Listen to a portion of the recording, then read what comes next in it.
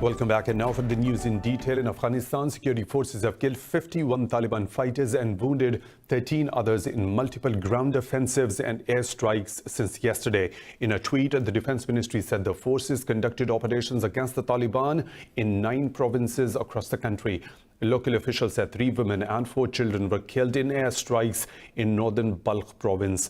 This prompted protests in front of the provincial governor's office.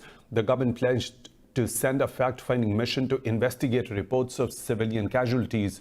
Meanwhile, the Taliban said they carried out 2 attacks targeting security forces over the weekend, following sporadic assaults last week. The recent violence has signaled a renewed deadlock in peace talks with the Taliban. Iraq's top cleric Muqtada Sadr has called off anti-Washington demonstrations outside the U.S. Embassy. Sadr's office said the protests have been cancelled to avoid internal strife. Earlier, Sadr had called for demonstrations in Baghdad and other cities. Meanwhile, security forces wounded 34 anti-government protesters during clashes in Baghdad and Syria. Clashes broke out when security forces tried to clear sit-in camps across the country. They used tear gas and fired live rounds to disperse angry protesters. Demonstrators are seeking the removal of what they see as a corrupt ruling elite, along with an end to foreign interference. China says authorities have been working hard to prevent and control the spread of novel coronavirus pneumonia. In a press conference, China's National Health Commission Director Ma Xiaowei said experts have been called in to recognize the virus and develop diagnostic kits. Xiaowei said arrangements have been made to distribute medical supplies including protective clothing, face masks, gloves and protective goggles. Ma said Beijing is keeping close communication with the WHO on outbreak.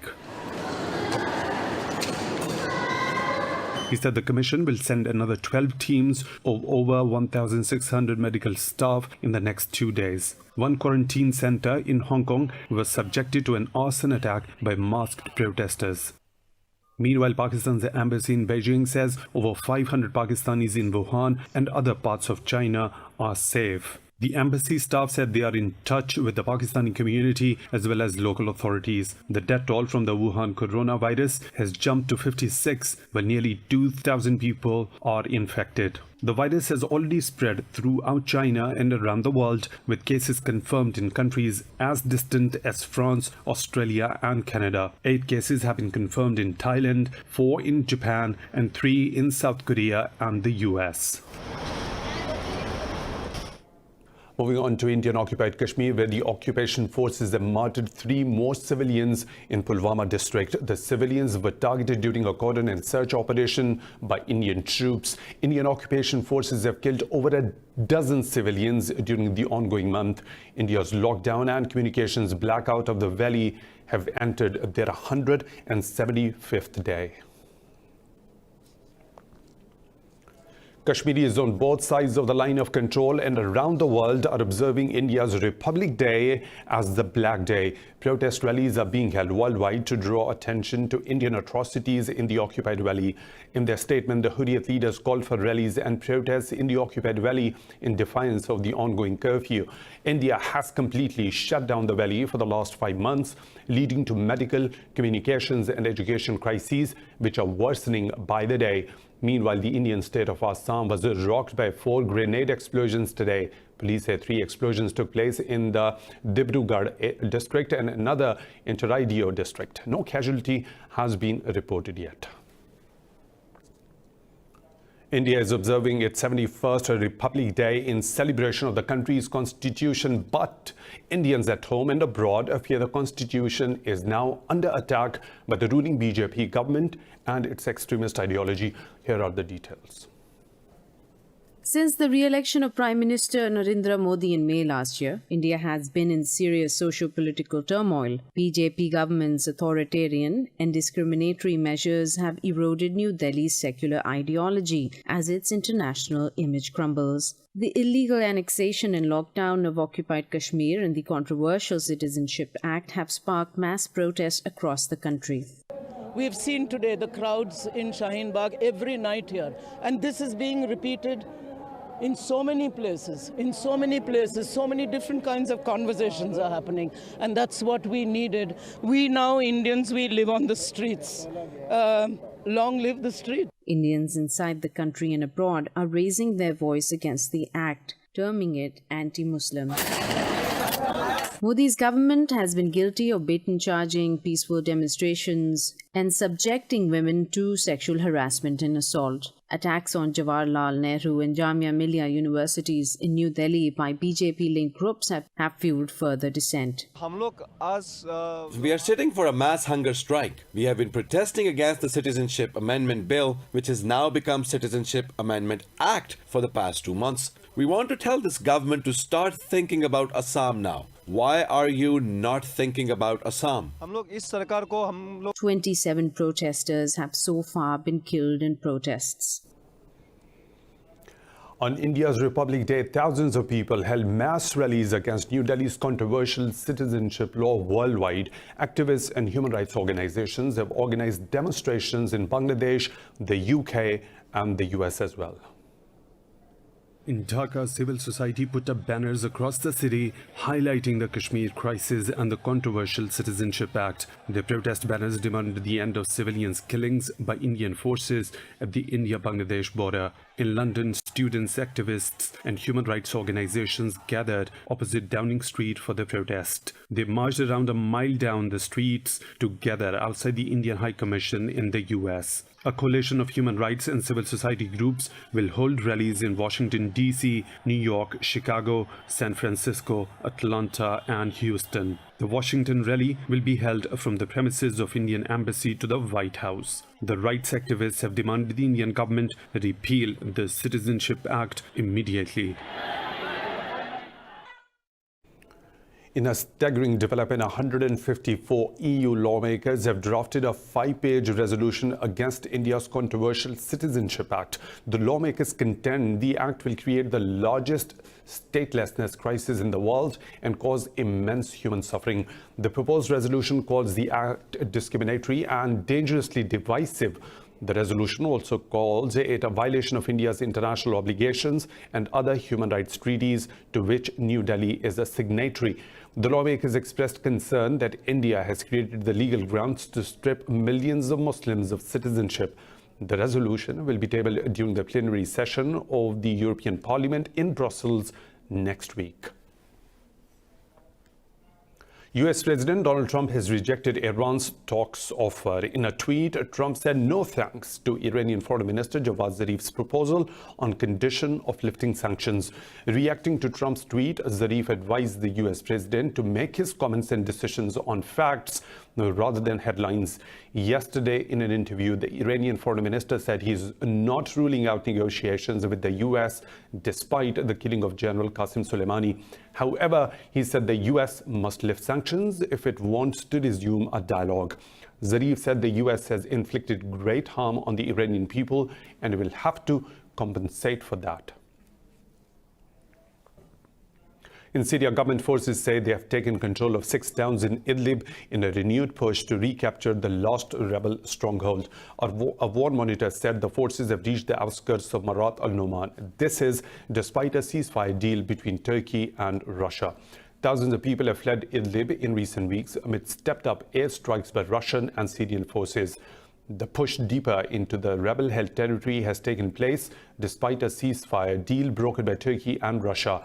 On Friday, Turkish President Recep Tayyip Erdogan said 400,000 people from Idlib were moving towards the Turkish border. Rights groups say airstrikes have hit civilian areas, but Moscow and Damascus claim they are fighting the militants. In Lebanon, security forces have fired water cannons and tear gas at protesters trying to breach a barricade outside government headquarters in Beirut.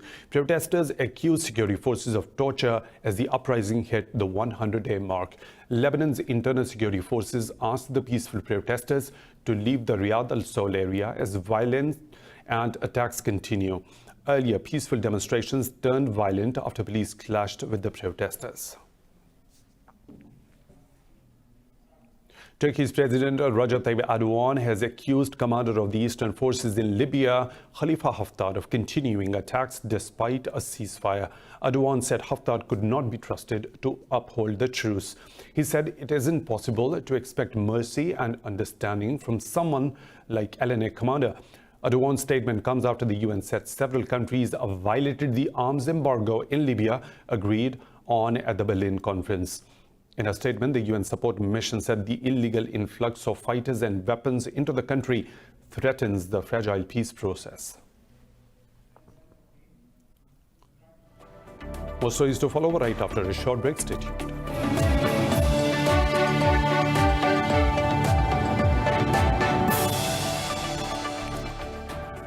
Welcome back. In Mali, 19 soldiers have been killed and 5 others wounded in a terrorist attack at a military camp in Sokole town. Security forces say the militants also stole military equipment from the base. Mali has been struggling to contain an insurgency that has claimed thousands of lives since it erupted in the north in 2012. More than 140 Malian soldiers died in attacks between September and December last year. Venezuela's opposition leader Juan Guaido has joined thousands of supporters in Madrid after meeting the city's mayor and Spain's foreign minister. Addressing his supporters, Guaido said the dictatorship in Venezuela will not be able to defeat the people and democracy. He was awarded the Honor Medal of Madrid regional government. He said together with his supporters, they will rescue Venezuela. Guaido was received by the regional government in Madrid, but he wasn't scheduled to meet Prime Minister Pedro Sanchez. Guaido has defied a travel ban to seek support in Europe.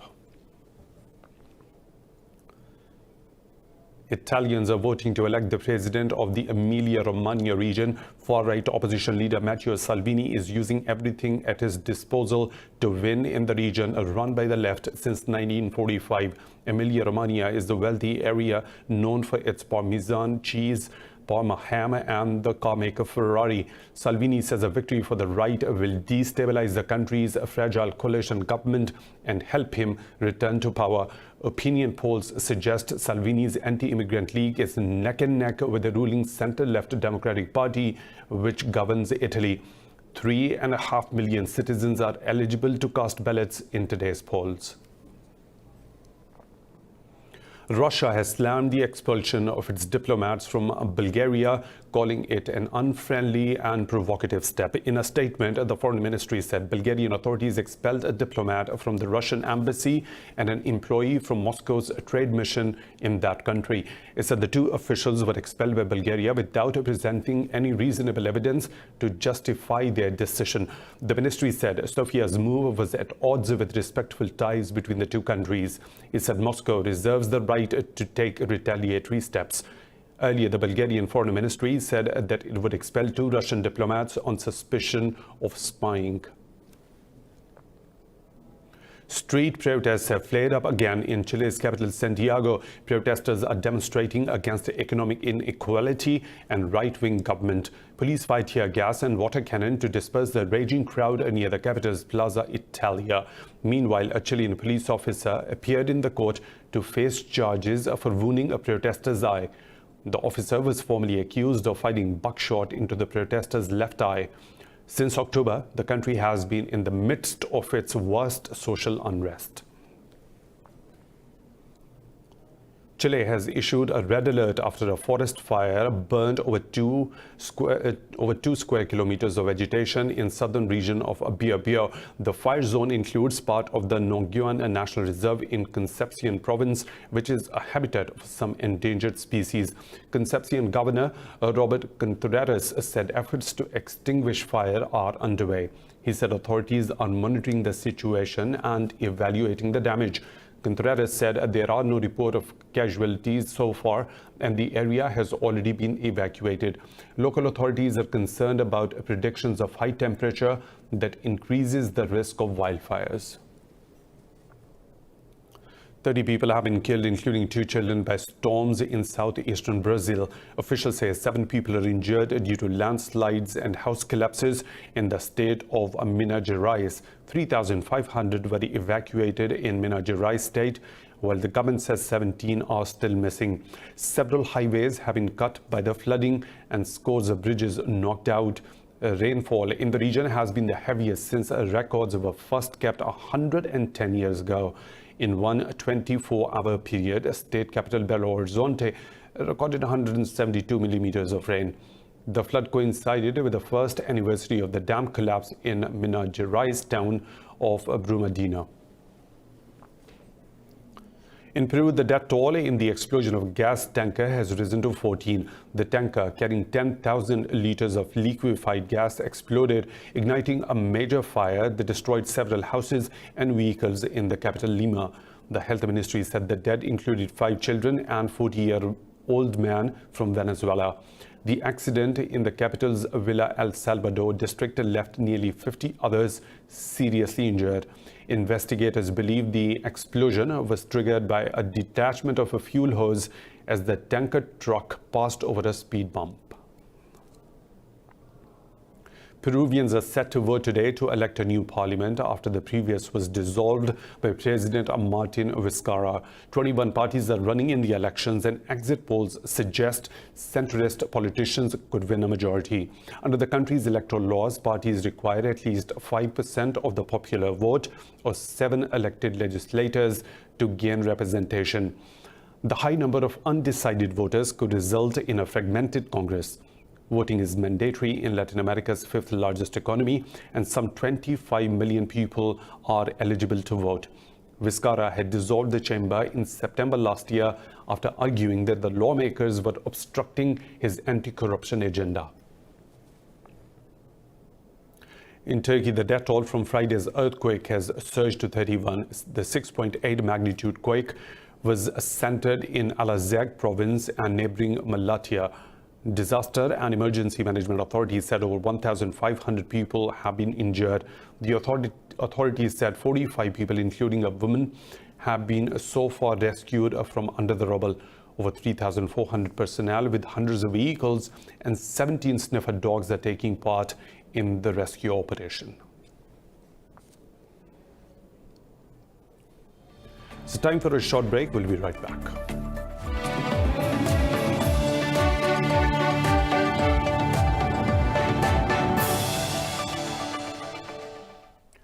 Welcome back. 31 people are dead, while over 100,000 have been displaced by a week of heavy rains in Madagascar's northwest. The National Disaster Management Office says 15 people are still missing as flooding intensified in the districts of Metsinjo and Mavatanana.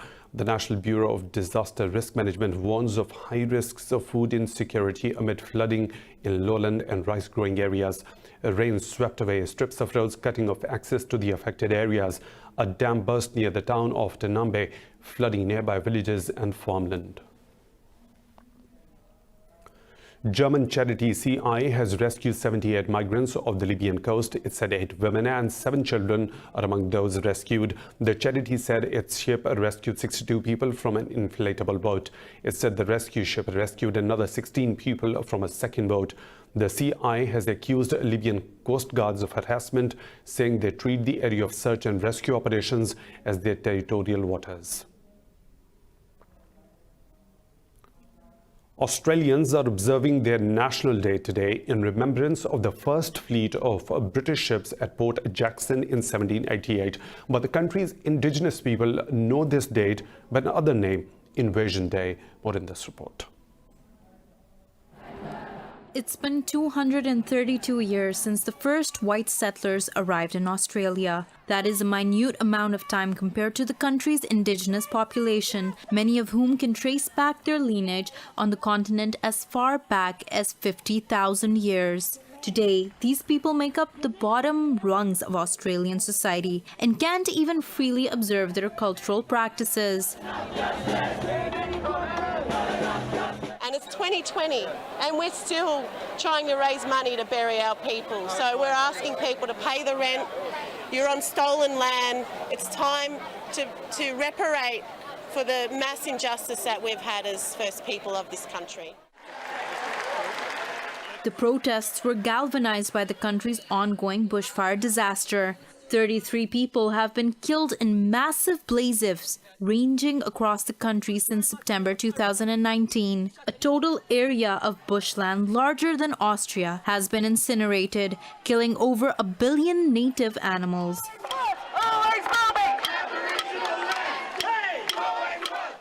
These fires that have occurred recently is because of the way that they've raped and pillaged and plundered the land. The loggers, the farmers and the miners. Protesters say the entire narrative around the colonization of Australia needs to change. Because Australia Day needs to change. We need to change. We really need to get to know about these people and to respect them, and particularly with the bushfires happening. They've got so much knowledge. They are still the owners of Australia. When British colonists first landed on Australia, they claimed they were free to claim this country as it was empty land. Over 230 years later, these protesters are reminding the world of the truth.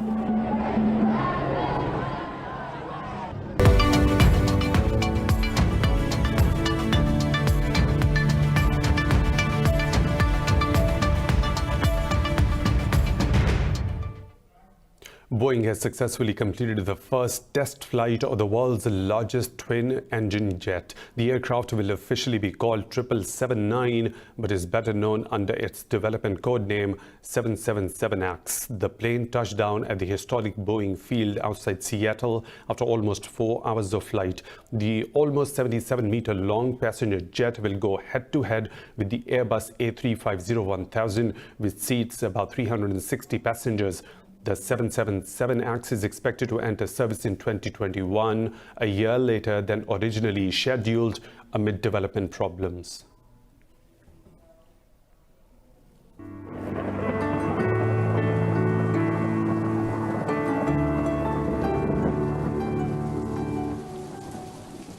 And now the weather situation from around the globe.